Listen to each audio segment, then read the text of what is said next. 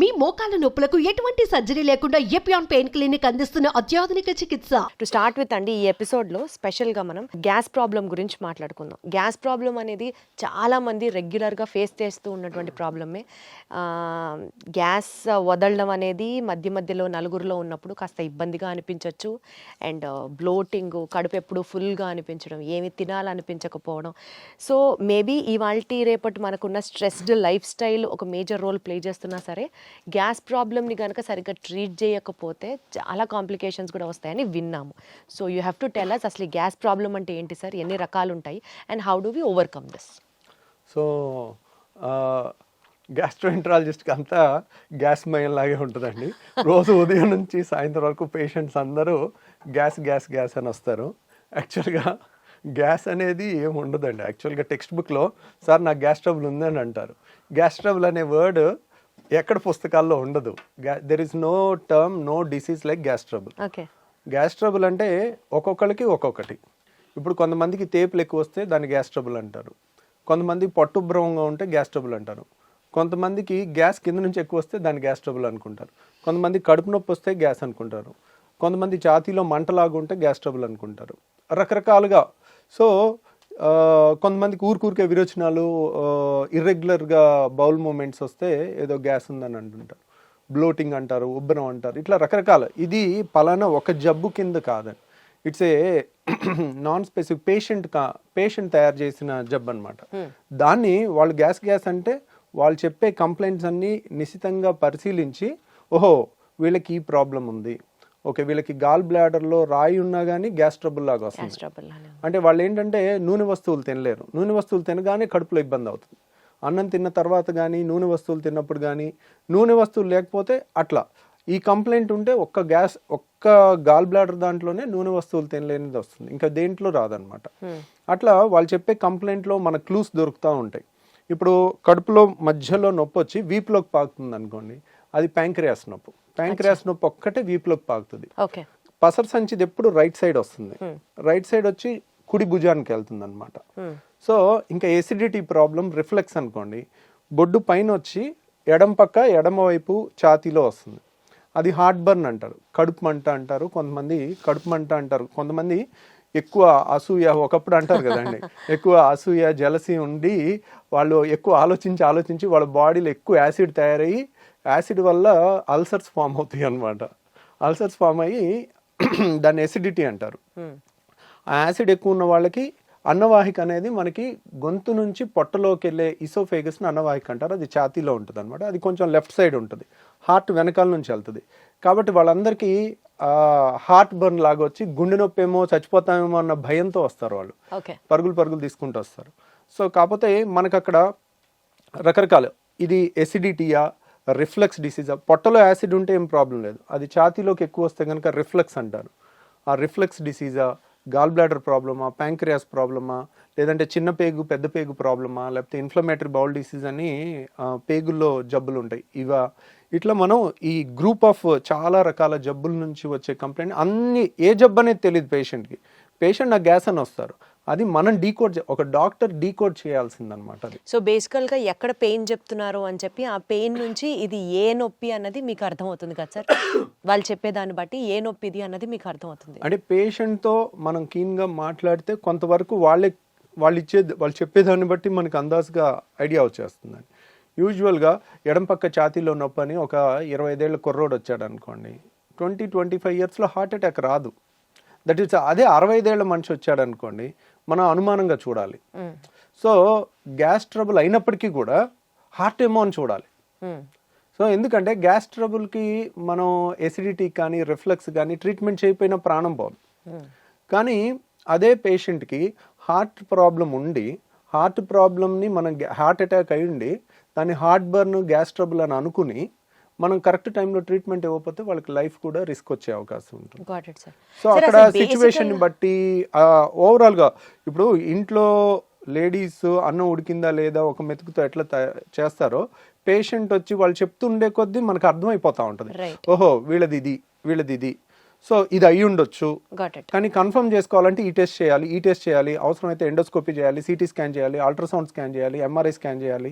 ఓహో దీనికి ఈ స్కాన్ అయితే బాగా పనిచేస్తుంది, అట్లా. సార్ ఇప్పుడు ఏ నొప్పి అయినా సరే అది గ్యాస్ అని పేషెంట్ ఏదైతే చెప్తారో మీ దగ్గరికి వచ్చినప్పుడు దానికి మేజర్గా మనం చూడాల్సినటువంటి కారణాలు ఏంటి? ఇప్పుడు ఒకప్పుడు మా చిన్నప్పుడు ఇంత మరి అవేర్నెస్ లేకపోవటం వలన అప్పుడు కూడా ఉన్నదో మనకు తెలియదు, కానీ ఇప్పుడైతే చాలా ఎక్కువ పేషెంట్స్ అయితే ఉంటున్నారండి. దానికి కారణం ఏంటంటే ఒకప్పుడు ఉన్న ఫుడ్ హ్యాబిట్స్, ఇప్పుడున్న ఫుడ్ హ్యాబిట్స్, ఇప్పుడు అంతా జంక్ ఫుడ్, బయట ఫుడ్. ఒకప్పుడు మనకి ఇంట్లో ఏది వండితే అదే తినేవాళ్ళం. ఇప్పుడు బయట ఫుడ్స్ చాలా చాలా చాలా ఎక్కువైపోయినాయి. ఇప్పుడు మన ఇంట్లో కూడా 2-3 పిల్లలు ఉంటే ఒక్కొక్కళ్ళు ఒక్కొక్క రెస్టారెంట్ ని ఒక్కొక్క ఐటమ్ ఆర్డర్ పెట్టే పరిస్థితి ఉంది. ప్రతి ఇంట్లో కూడా ఇది ఉంది. ఇది ఎవరు ఇల్లు ఎక్సెప్షన్లా లేదు. తర్వాత డే బై డే అగ్రికల్చర్లో కూడా ప్రాఫిట్ ఓరియంటెడ్గా మనకి ఏమేమి పెస్టిసైడ్స్ కొడుతున్నారు, ఎంత మోతాదులో కొడుతున్నారు, దాని రెగ్యులేషన్ అనేది అంత ప్రాపర్గా లేదు. దానివల్ల వస్తుందా, దీనివల్ల వస్తుందా, ఇవన్నీ కూడా మోస్ట్ లైక్లీ ఇవన్నీ కారణాలు అయి ఉండొచ్చు. ఈ కారణాన్ని క్లియర్ కట్గా ఎస్టాబ్లిష్ చేయాలంటే చాలా పెద్ద రీసెర్చ్ చేయాలండి. అది గవర్నమెంట్ ఇనిషియేటివ్గా తీసుకుని పెద్ద స్టడీ, లక్షల మంది పేషెంట్ని స్టడీ చేయటం అనేది అంత ఈజీ కాదు. వాళ్ళు తీసుకున్న ప్రతి మోతాదులో ఏ ఏ పెస్టిసైడ్ ఎంత ఉంది అని టెస్ట్ చేయాలన్నా కానీ ఒక్కొక్క టెస్ట్కి మనకి 1000 ఖర్చు అవుతుంటుంది అనమాట. అవన్నీ ప్రూవ్ చేయాలంటే ఇట్స్ ఏ పబ్లిక్ ఇనిషియేటివ్. ప్రైవేట్గా ఒక డాక్టర్ కానీ ఒక ఇండివిజువల్ కానీ చేయగలిగింది కాదనమాట. ఇప్పుడు మన అమెరికాలో అయితే అలా నేషనల్ ఇన్స్టిట్యూట్ ఆఫ్ హెల్త్ అని ఉంటుంది. వాళ్ళు స్పాన్సర్ చేస్తారు. $1 మిలియన్ అట్లా రీసెర్చ్కి ఇస్తారు అనమాట. మన దగ్గర కూడా కొన్ని ఉన్నాయి, ICMR అని. అట్లా రీసెర్చ్ చేస్తే గానీ మనకి ఎందువల్ల అనేది ఈ గ్యాస్ ప్రాబ్లం వస్తుంది అన్నది తెలియట్లేదు అన్నట్టు. తెలియదు అంటే ఇదే కారణాలు. ఇదివరకు లేని ఇప్పుడు వచ్చినాయి కదండి. ఇప్పుడు ఇదివరకు ఇంత ఒబిసిటీ లేదు, ఇప్పుడు ఎందుకు వచ్చింది అంటే ఇప్పుడు ఇదివరకు 2 వీలర్స్ ఎన్ని ఉన్నాయి, ఇప్పుడు ఎన్ని ఉన్నాయి. నా స్కూల్కి నేను నడుచుకుంటూ వెళ్ళేవాడిని. ఇప్పుడు మా పిల్లలు కార్లో దిగి కార్లో వెళ్తున్నారు. సో ఇప్పుడు ఎన్ని 2 వీలర్స్ ఉన్నాయి, అప్పుడు ఎన్ని లక్షలు ఉన్నాయి, ఇప్పుడు ఎన్ని కోట్లు ఉన్నాయి. రైట్. సో ఎన్ని లిఫ్ట్లు ఉన్నాయి, అప్పుడు ఎన్ని ఉన్నాయి. మారుతున్న లైఫ్ స్టైల్ దీనికి మెయిన్ కారణం అన్నట్టుగా అర్థం చేసుకోవాలి మనం. అటు ఒబిసిటీకైనా, పెరుగుతున్న గ్యాస్ సమస్యలకైనా, పెరుగుతున్న క్యాన్సర్లకైనా కూడా మోస్ట్లీ మన పర్యావరణం మారటం కానీ అన్నీ కూడా కారణం అనమాట. సరే ఇప్పుడు ఈ గ్యాస్ ట్రబుల్కి అయితే మనం ఇట్లా జనరలైజ్డ్గా మాట్లాడుకుంటున్నాం. ప్రత్యేకంగా ఇందాక మీరు ఒక మాట అన్నారు, యాసిడ్ రిఫ్లెక్స్ అని. అంటే పొట్టలో ఉండాల్సిన యాసిడ్ పైకి తంతు ఉంటే అది యాసిడ్ రిఫ్లెక్స్ అని. అది కూడా ఎక్కువగా వింటున్నాం. అది కూడా ఒకలాంటి గ్యాస్ ప్రాబ్లమే అంటారా? దాని గురించి ఏమైనా డీటెయిల్గా మాట్లాడుకుందాం.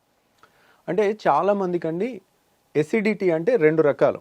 ఒకటి పొట్టలో యాసిడ్ ఎక్కువ తయారవటం, టెన్షను, ఇర్రెగ్యులర్ ఫుడ్ హ్యాబిట్స్, ఆలోచన ఎక్కువ ఉండటం, సో పని ఒత్తిడి ఎక్కువ ఉండటం వల్ల బాడీలో యాసిడ్ ఎక్కువ తయారవుతుంది. ఎప్పుడైతే యాసిడ్ ఎక్కువ తయారవుతుందో మనకి కడుపులో మంట వస్తుంది, వాళ్ళకి బొడ్డు పై భాగంలో మంటలాగా వస్తుంది.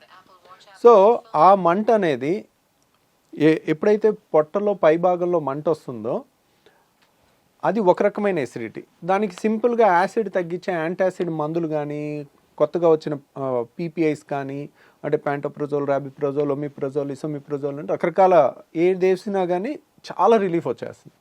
తర్వాత రెండోది ఏంటంటే మనకి డైలీ మన నోట్లో ఉమ్ము ఉంటుంది, దాని pH 7.4 ఉంటుంది. మన స్టమక్లో హైడ్రోక్లోరిక్ యాసిడ్ ఉంటుంది, అది కాన్సన్ట్రేటెడ్గానే ఉంటుంది. అంటే దాని pH వచ్చేసి 2 ఉంటుంది, లెస్ దాన్ 2, 1.5 to 2. అంటే వెరీ ఎసిడిక్ ఎన్వైర్న్మెంట్. ఎందుకు మన ఫుడ్ను అంతా డైజెస్ట్ చేయడానికి కానీ, అది ఆ యాసిడ్ ఎన్వైర్న్మెంట్ వచ్చిన క్రిముల్ని, అనవసరమైన క్రిముల్ని చంపడానికి కానీ అదొక ప్రొటెక్టివ్ మెకానిజం, డైజెషన్కి కానీ హెల్ప్ అవుతుంది అనమాట. సో ఈ యాసిడ్ అనేది పొట్టలో ఉండటం సహజ గుణం. కాబట్టి పొట్టలో ఎంత యాసిడ్ ఉన్నా మనకి ఇబ్బంది అయ్యదు. ఎందుకంటే పొట్ట గోడలో స్టమక్ వాల్లో యాసిడ్ని తట్టుకునే శక్తి ఉన్న వాళ్ళని ఆల్రెడీ మన బాడీ తయారు చేసుకుంది. ఇప్పుడు చూడండి, మన అరికాళ్ళు అనేది మందంగా ఉంటాయి. అరికాళ్ళ మీద నడిచినా మనకి అవి మందంగా ఉండటం వల్ల అది అడాప్ట్ అయి ఉంటుంది అనమాట, మనకి ఏ ఇబ్బంది ఉండదు.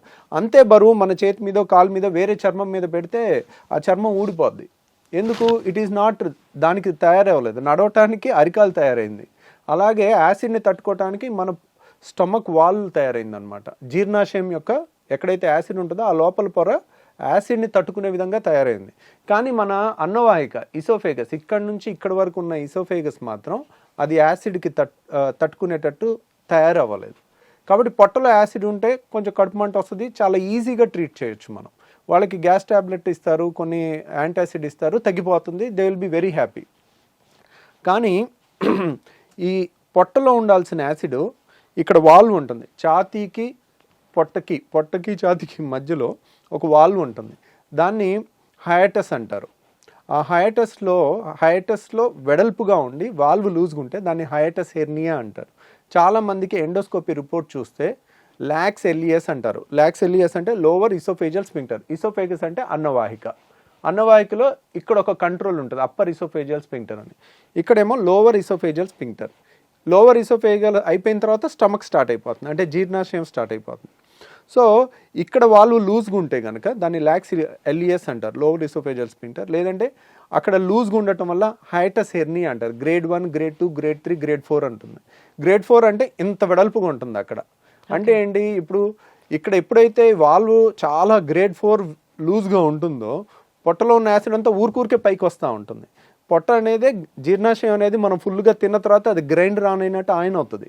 ఆన్ అయినప్పుడు గ్రైండర్కి పైన మూత పెట్టలేదు అనుకోండి, ఎట్లయితే పైకి చిమ్ముతుందో అట్లా ఈ పొట్టలో ఉండాల్సిన యాసిడ్ అంతా అది ఫుడ్ తిన్నాక ఇలా పైకి ఇసోఫేగస్లోకి వస్తుంది. ఇసోఫేగస్ గోడ ఏమైంది, మన అన్నవాహిక గోడ అనేది యాసిడ్ని తట్టుకోవటానికి తయారవ్వాల, కాబట్టి అది విపరీతమైన మంట వస్తుంది, దాన్ని హార్ట్ బర్న్ అంటారు. వీళ్ళు ఏం తినకపోతే హ్యాపీగా ఉంటారు.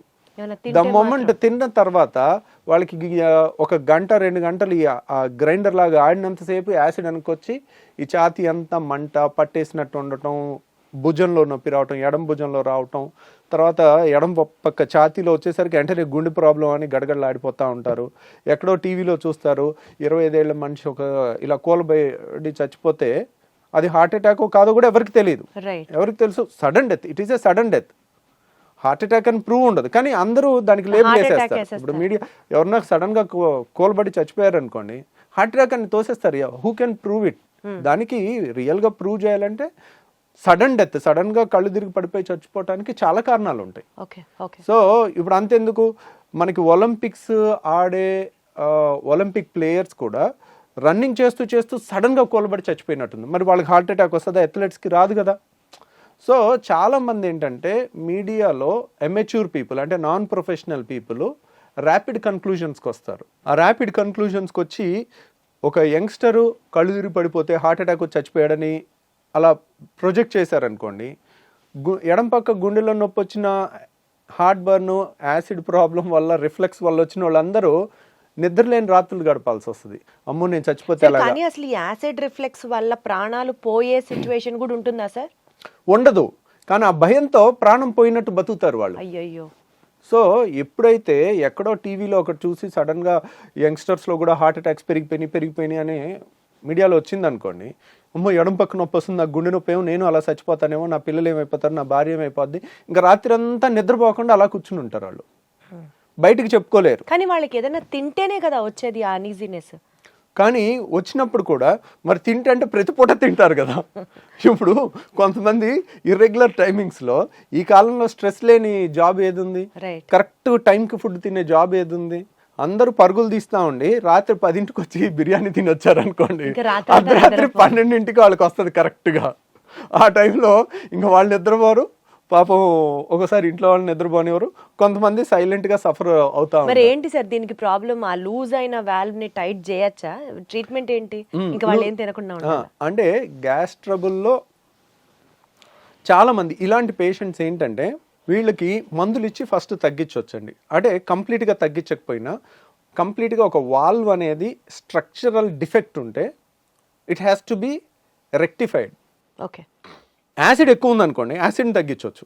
ఇక్కడ యాసిడ్ ఎక్కువ ఉండటం ప్రాబ్లం కాదు, నార్మల్ ఉండాల్సిన యాసిడే ఉంది, కానీ పొట్టలో ఉండాల్సిన ఛాతీలోకి వస్తుంది. రైట్. సో అక్కడ లూజ్గా ఉన్న వాల్వ్ని సో ఏదో విధంగా టైట్ చేసుకోవాలి.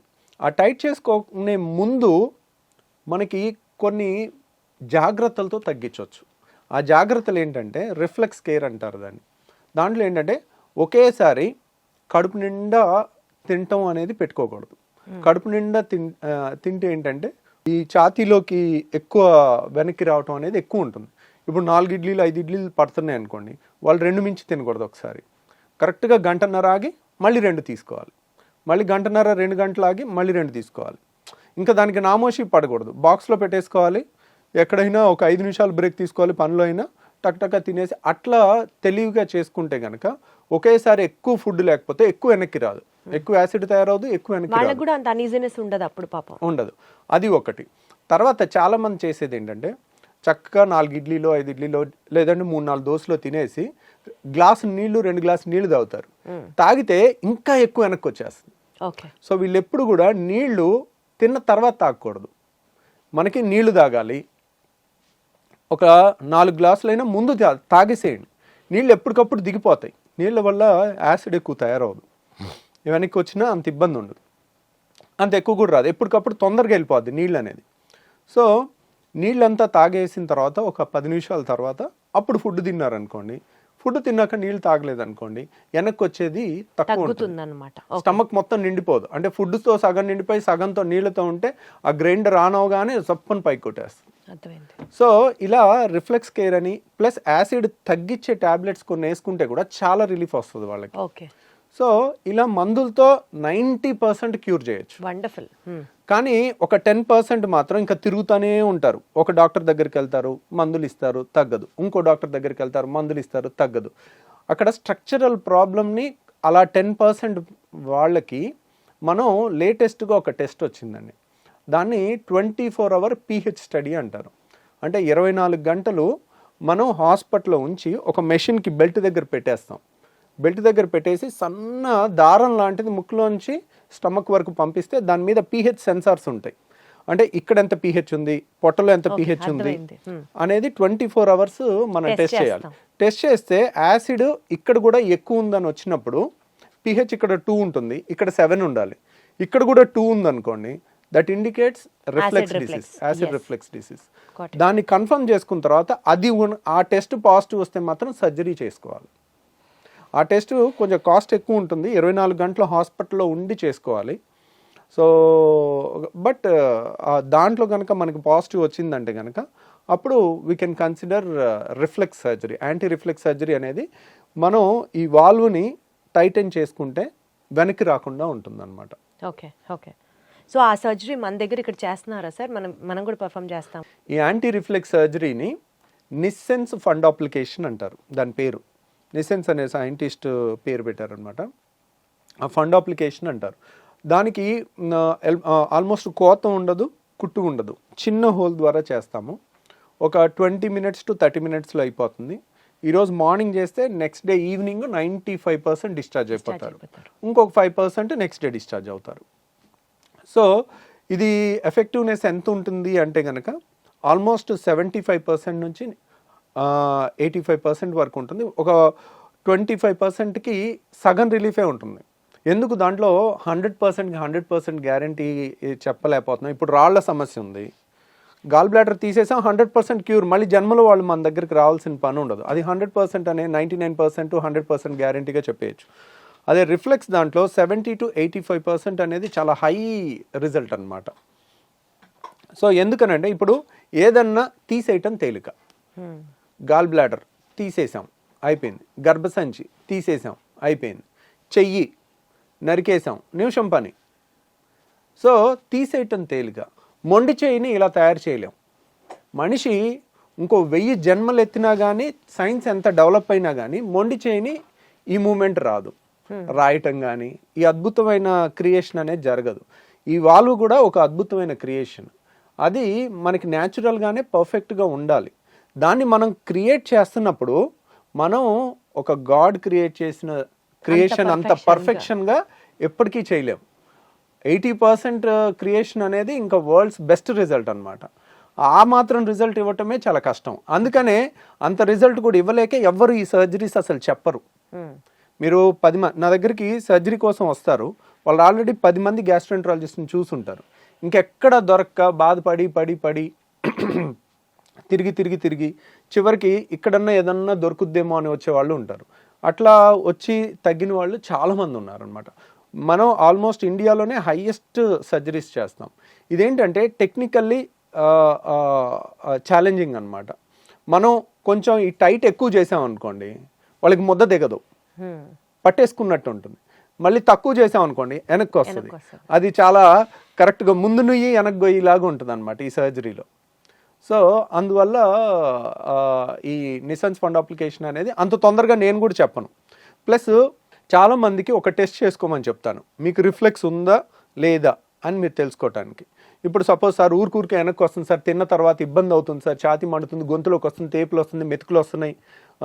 ఊరికే కొంతమందికి ఏంటంటే రాత్రి 10ంటికి తిని పడుకుంటారు, పడుకున్న తర్వాత వెంటనే నిద్రపోతారు, పేగులు కదులుతూ ఉంటాయి, కదులుతున్నప్పుడు ఈ వాల్వ్ లూజ్గా ఉంటుంది, అది ఒక్కసారి ఇలా గ్రైండర్ లాగా మధ్యలో ఒక్కసారి ఆన్ అయినప్పుడు టక్కున బుడుకు బుడుకుమని గొంతులోకి వచ్చేస్తాయి, వాటర్ వచ్చేస్తాయి.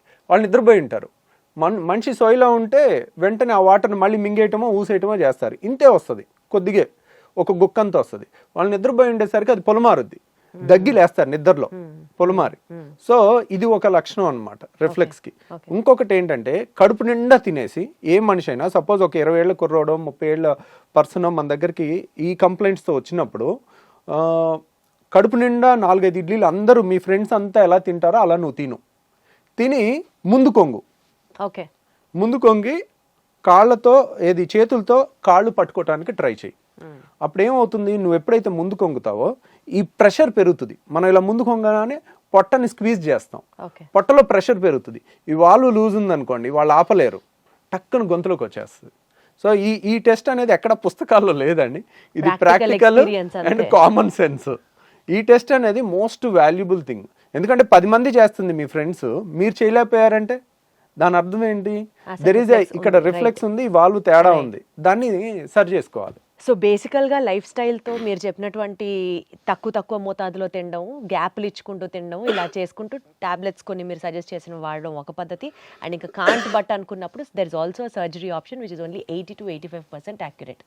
దీన్ని మనం ఇంకా కంప్లీట్గా ప్రివెంట్ చేయడం అన్నది ఇంకా మన చేతిలో లేదు కదా సార్, బికాజ్ అది స్ట్రక్చరల్గా వచ్చినటువంటి చేంజ్ కాబట్టి. సో దాన్ని మనం ప్రివెంట్ చేయలేము. The best thing they can do is మీలాంటి ఒక బెస్ట్ గ్యాస్ట్రెంటాలజిస్ట్ని సజెస్ట్ చేయడమే, కలవడమే, మీతో మాట్లాడడమే. సో విన్నారు కదండి, గ్యాస్ ప్రాబ్లం అనేది మనం లైట్గా తీసుకోవడానికి ఏమాత్రం లేదు. ఈ రిఫ్లెక్స్ అనేది కనుక ఇందాక సార్ చెప్పినట్లుగా ఒక 2-3 టెస్ట్లు మనకి మనమే చేసుకోవచ్చు, హాస్పిటల్లో అడ్మిట్ అయ్యి చేసుకోవాల్సిన కాదు.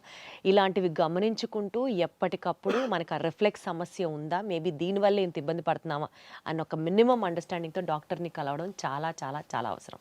Thank you so much sir. Thank you అండి.